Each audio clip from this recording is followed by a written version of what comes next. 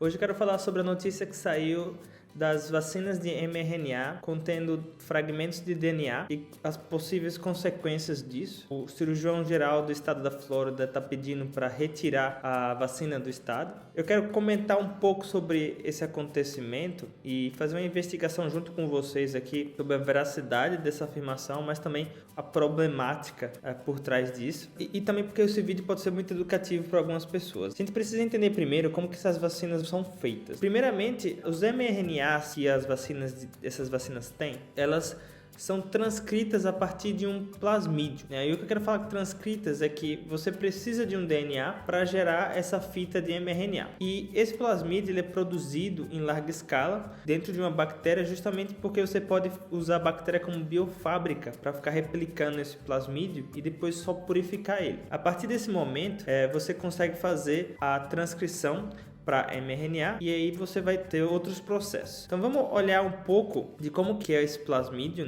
e como que isso é feito, para vocês poderem entender o porquê dos fragmentos de DNA serem perigosos ou não são, etc e tal. Algumas imagens vocês vão poder visualizar que o plasmídio ele é um pedaço de DNA circular e que neste caso precisa conter o gene da proteína spike para você poder fazer o mRNA, que vai ser, depois que entrar dentro da célula, através das nanopartículas, vai traduzir em uma proteína que vai ser apresentada ao seu sistema imune. É assim que funciona. Só que esse plasmídio não tem somente o gene da proteína spike. Ele tem outros fragmentos dentro desse plasmídio. Aqui nessa outra foto, por exemplo, vocês conseguem ver que tem a origem de replicação do plasmídio, já que o plasmídio precisa replicar. Você tem um promotor para alguma coisa, por exemplo, resistência à ampicilina, que às vezes a gente usa dentro do laboratório, e outras coisas também. O ponto é que existem algumas pessoas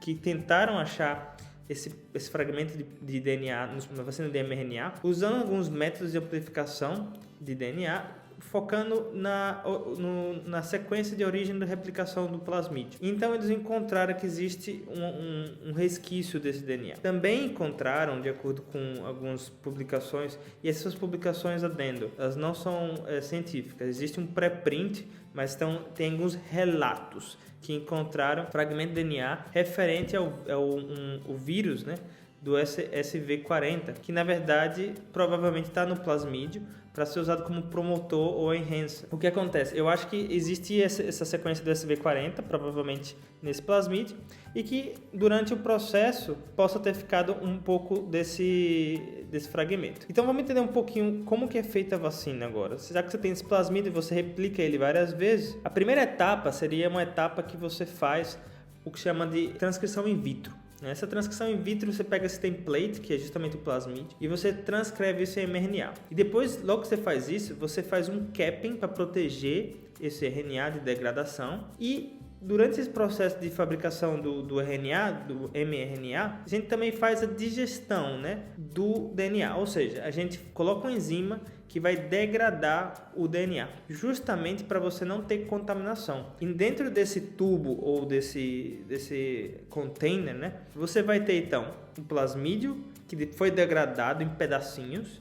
Você vai ter o mRNA que não foi degradado e as enzimas que você colocou para fazer essas reações. Depois vai ter o que a gente chama de purificação. Essa sopa vai ser purificada para tentar enriquecer o máximo possível para ter uma pureza de mRNA e não de outras coisas, como por exemplo aqueles fragmentos degradados de DNA. E então depois isso vai ser encapsulado, vai ser formulado a nanopartícula em que o RNA se encontra dentro dessa partícula, esse LNP, e vai ser entregue através da vacina.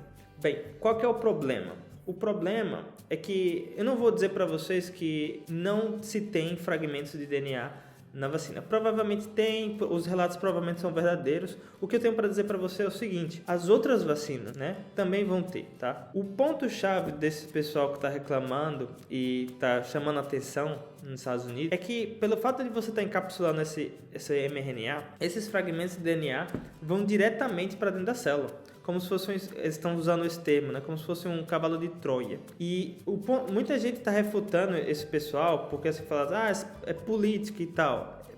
é política, com certeza. Só que vocês têm que tomar atenção para que o argumento de que outras vacinas também têm DNA não é um argumento válido aqui, porque justamente as outras vacinas que também vão ter DNA, elas não têm essa encapsulação dentro, elas vão ser degradadas na sua corrente sanguínea, você entende? E o que acontece quando esses fragmentos de DNA vão para dentro da célula? E aqui é um outro ponto importante para a gente poder entender melhor. Esse fragmento de DNA não se deve integrar no nosso genoma. Então não existe essa coisa de vai mudar a nossa genética e tal. Não.